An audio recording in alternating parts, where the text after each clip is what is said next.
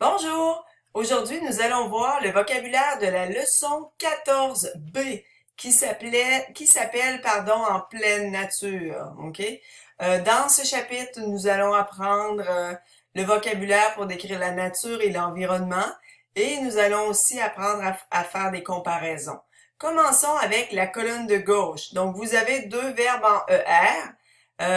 Répétez, pardon. Chasser, jeter. Ensuite, vous avez un animal, un bois, un champ, une côte, un désert. Attention ici avec la prononciation de désert, n'est-ce pas? Donc ça ici, c'est un désert. And if you are eating the sweet stuff, you're having un dessert. OK? So désert, like the Sahara. Et puis dessert, comme du gâteau au chocolat, par exemple. Un fleuve, donc en français, il y a plusieurs mots for river. OK? Un fleuve, c'est un river, mais quand même assez large. Par exemple, au Québec, nous avons le fleuve Saint-Laurent, n'est-ce pas? Donc, c'est un cours d'eau qui est très large. If you have a smaller river, on pourrait appeler ça une rivière. OK? Donc, fleuve, c'est grand. Rivière. Et ensuite, vous avez encore plus petit, un ruisseau. Un ruisseau, ça serait un creek, par exemple. OK? Répétez une forêt tropicale, la jungle, la nature, une région, une rivière. Donc, vous voyez ici, vous avez rivière. Donc, une rivière, c'est plus petit que le fleuve. Un sentier, un volcan.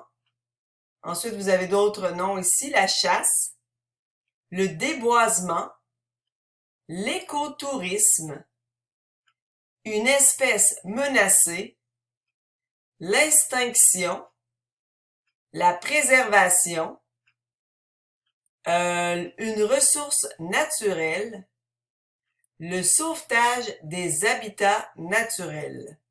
OK, maintenant, si on regarde l'image que vous avez à droite, vous avez d'autres mots ici.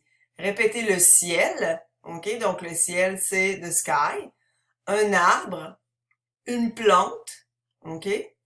Ensuite, vous avez ils font un pique-nique. Donc, l'expression, c'est faire un pique-nique.